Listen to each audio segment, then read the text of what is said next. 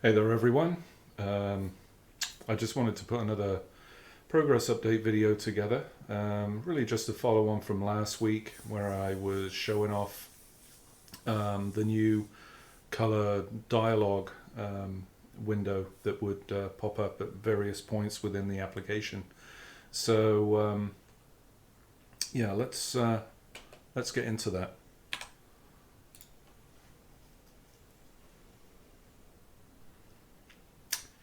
All right, so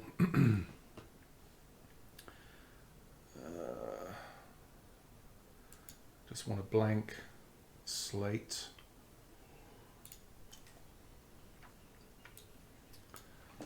Actually, I want to be in something that's a little less crowded.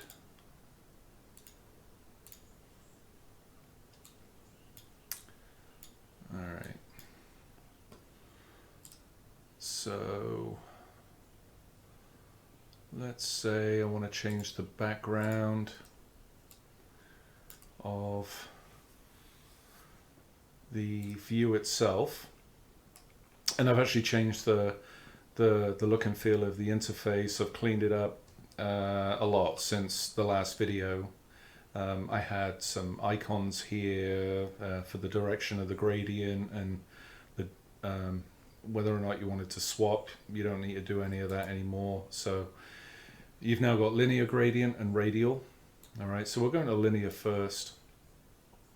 And like I said, I've cleaned this up an awful lot. So I can pick on, and again, this, actually, let me change the endpoint here, which is black. I'll just make it red so it's easier to see what point is what.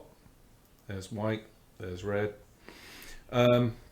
So right click allows you to essentially kind of anchor the point quickly. So right click on the white point, right click, so if you wanted to make it go from one direction to the other, this is the fastest way of doing it. All right. And the black border represents you going into a negative placement value. Okay.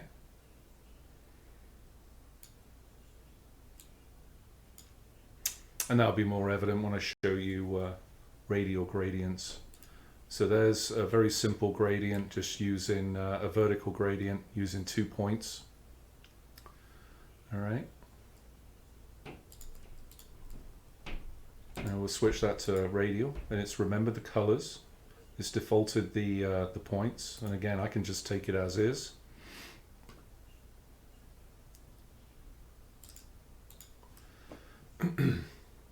But I have more fun kind of doing this.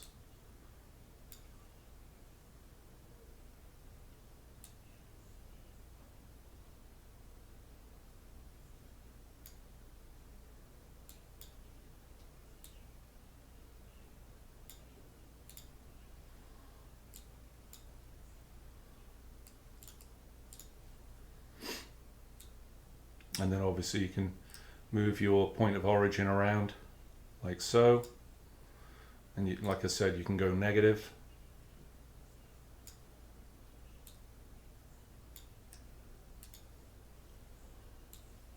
All right. Let's see. I'm going to change it to a solid background. And let's go with kind of a muted background like so. All right, so I have added one more UI element called Ellipse. I had rectangle, so I might as well add Ellipse. Let's go with 300 by 300. Actually, let's add a grid, which will be evident in a minute.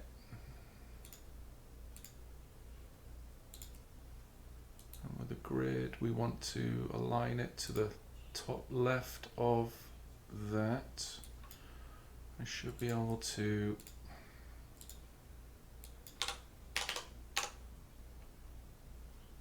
change it like so. Actually, let me just take auto size off for all this stuff. Again, I can't resize with the mouse at the moment.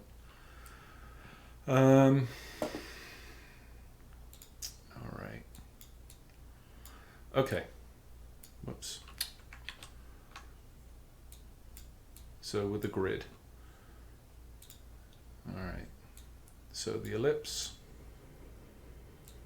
And the other little thing I've done too is, if you notice, I only ever have one window on screen at any time. So I go from properties panel to conditions to color. It's only showing one at any time. All right. So instead of cluttering the screen with all these windows and obscuring your view, at least this way you've only ever got one panel up on the screen at any given time, so that way you can still get a sense of what you're trying to achieve in your view. Okay, that was just a very quick change. All right, back to the color dialog, and we want a radial, and I want a red, I want a white.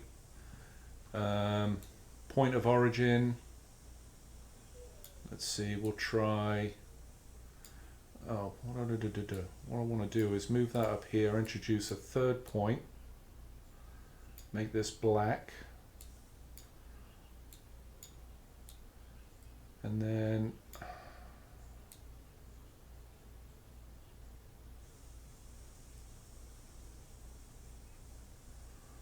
there you go. All right.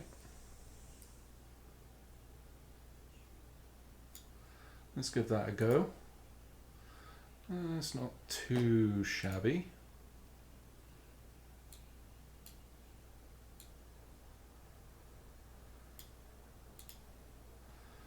Okay.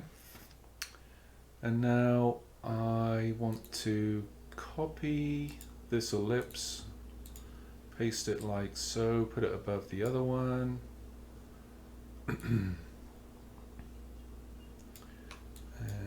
I don't know, we'll start at 150, 150, and it's within the grid. Whoopsie, let's do top left.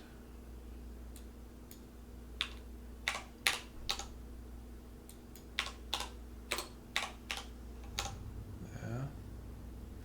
And we'll go to the color, and we'll keep that white. We don't need the middle point, and then the black we're going to switch to transparent. I should be able to bring that up.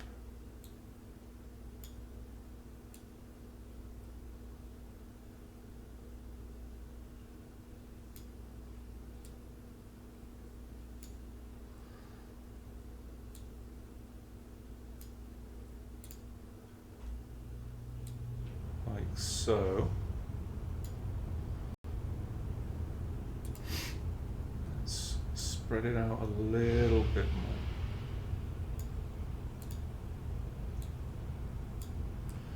And then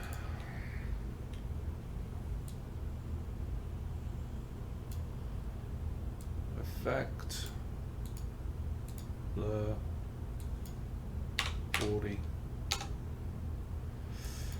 20, 15,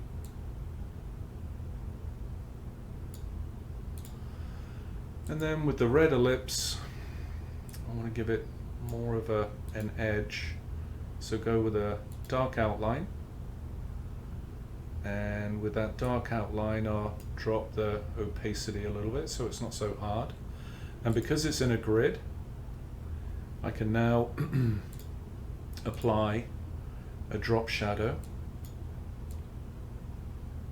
about here, and we'll make the opacity 40, we'll make that 55, and the depth,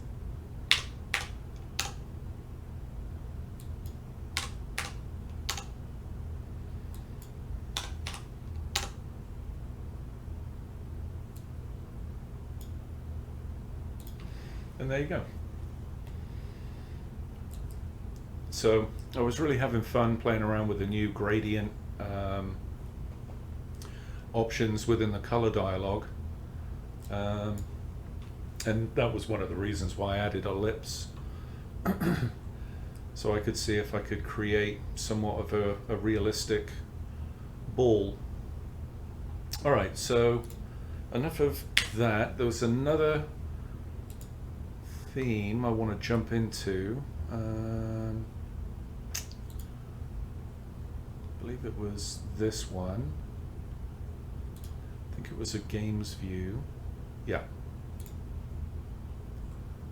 All right. So let's say, for whatever reason, I want to match, you know, essentially this gradient and place it into this UI element, okay? Well, I click on the UI element and get its forecolor. I have the color dialog and switch to linear gradient, and let's see, we'll put well, we want to put the light colored one. Well, that doesn't really matter. Okay, so we got a vertical linear gradient, okay? So we want to match the colors. So I've added this. So I'm going to pick, I think it was the lightest color that I had last selected. Am I right? Yeah. And then I'll go and pick the darkest color. And then we have a midpoint.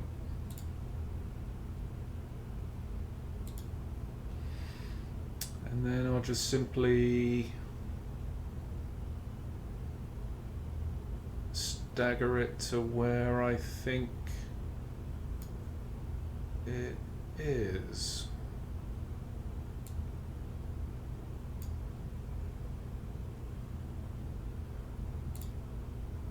Something like that.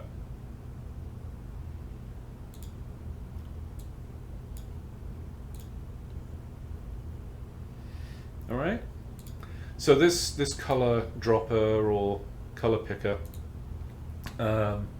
is only good within the editor screen itself. You can't select it and then Alt-Tab over to another application like a web browser and pick a color from that, unfortunately. I did try, but there was an awful lot of things to consider, like multiple monitors and this kind of stuff, and I really didn't want to invest in all that time to come up with a generic color picker when there's so many free ones out there that you can use universally regardless of how many monitors you're using and all this kind of stuff, and then obviously bring back the HTML value and plunk it in here. So I didn't want to go to all that, but if it's just a quick, you've got an image up on the screen and you just want to simply grab a color from a part of that image that's already on the editor, this is just one way of doing it. So left click selects the color, right click aborts and takes you back to the color dialog. Okay, so yeah, that's those are those are some of the changes that I've made since showing the progress in the previous video. Now, with all these gradients being created and whatnot, one of the big improvements that I've made, which is not so visible, so if I go down to this view, this is my test theme where I test out new ideas, new techniques and whatnot. So I've got a couple of gradients defined here. Actually, if I go into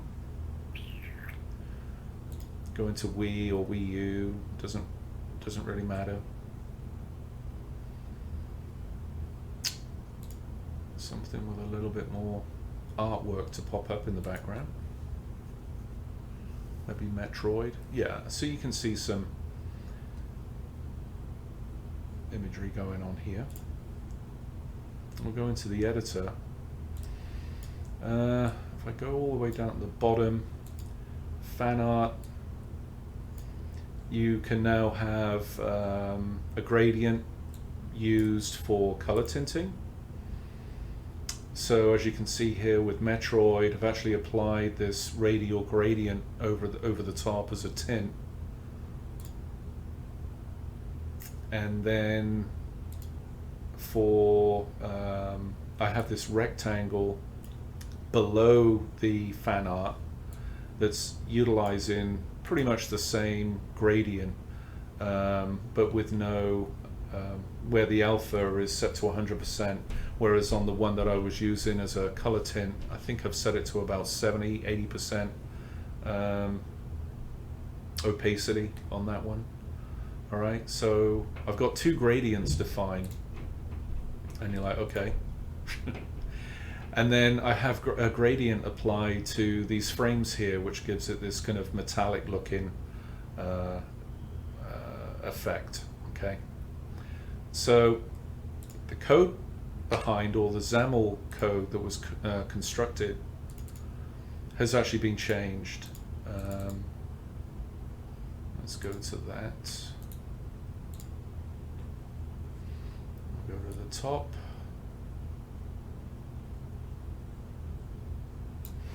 All right, so we go into the resource declaration section here, and there you have it.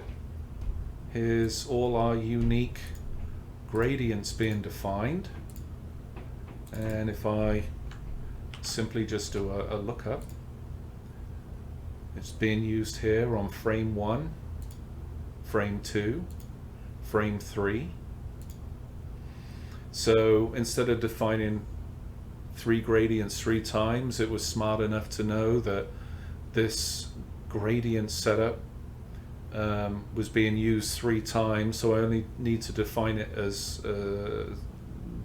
once as a resource, and then gradient 2 is just being used once. Gradient 3 is only being used once.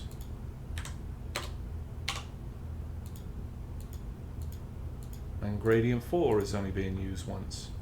All right. So gradients are now being used as resources, and any references to colors now are directly written into the color or fill or background or foreground or effect directly into the XAML property, instead of utilizing this text-to-brush converter, okay, which was actually building brushes on the fly, and you know, for the most part that was perfectly okay, but a friend of mine is constructing a theme which is very heavy on color conditioning, and before I made this change, he was complaining a little bit that the performance was getting a bit laggy, and I was planning to make this change anyway, and once I rolled out this change, and I didn't even mention that this would improve performance, because I didn't know how much of an improvement it would actually be, so I just kept my mouth shut, and he said it was noticeable, so that's a good thing. Actually, I'll just go in there real quick and I'll explain, or at least I can show you what this means.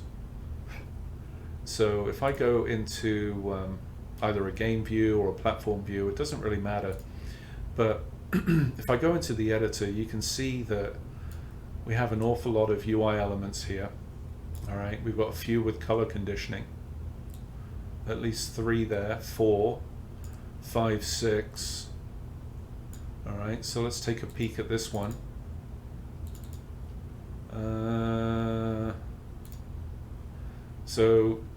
So depending on the platform,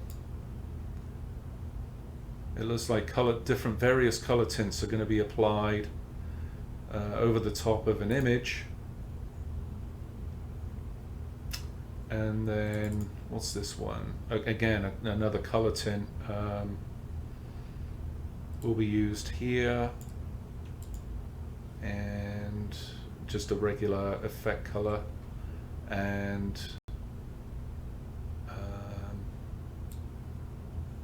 what is this, foreground color for a rectangle. So there's an awful lot of processing going on here, because it's not necessarily just the foreground color here, it's also the effect colors that he's altering. So there's a lot of stuff being changed. Yeah. So you may only see 3 color conditions here, but there's actually 4 sets here. So we have 1 set, 2 sets, and again, it's all based on platform naming. Yeah. So, but anyway, with that change to the code generator and defining gradients as resources, and no longer using that converter to build these color brushes and gradients on the fly, has drastically improved the performance of his theme, both in the editor and running within BigBox. So everyone wins on that one. Let's see, we'll go back to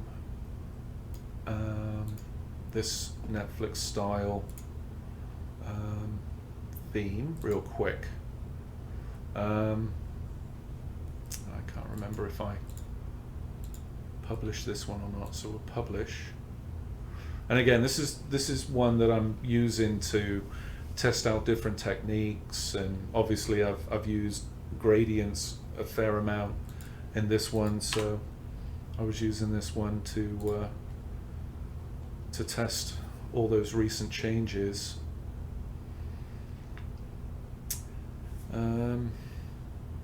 Yeah, okay. So we'll go in.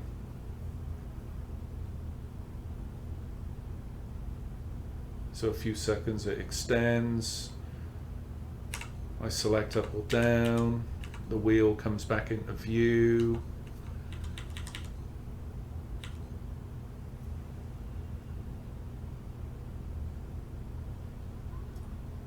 Switches back. So, but there was something else I really wanted this to do, and sadly, I need a new trigger that BigBox could supply, and then that would trigger some animation to kind of reset everything back. And unfortunately, that's on a wish list for the Launchbox BigBox team. But yeah, if they can make that change for me, then we all win, and that will be something that whenever they make that change, and obviously I'll make the corresponding change on my side, then I can demonstrate what that means for everybody. But right now, like I said, this is my test theme, and I test out all my techniques and everything on this one. But yeah, that's it. I really just wanted to kind of follow on from last week's video, really, and just show off the new color dialog and what you can do with it. It's pretty powerful. I think it's very intuitive, and yeah, I think you're gonna love it. You'll love it when I finally release this build. How about that? But with it, obviously, it's brought in some other much needed changes, improved performance, and efficiency when running your views via BigBox. All right. So yeah, I just wanted to show you that. I've got a whole slew of things to do over the next few weeks. So I'll have plenty to show you then. All right. So take care, everybody, and I'll see you in a couple of weeks.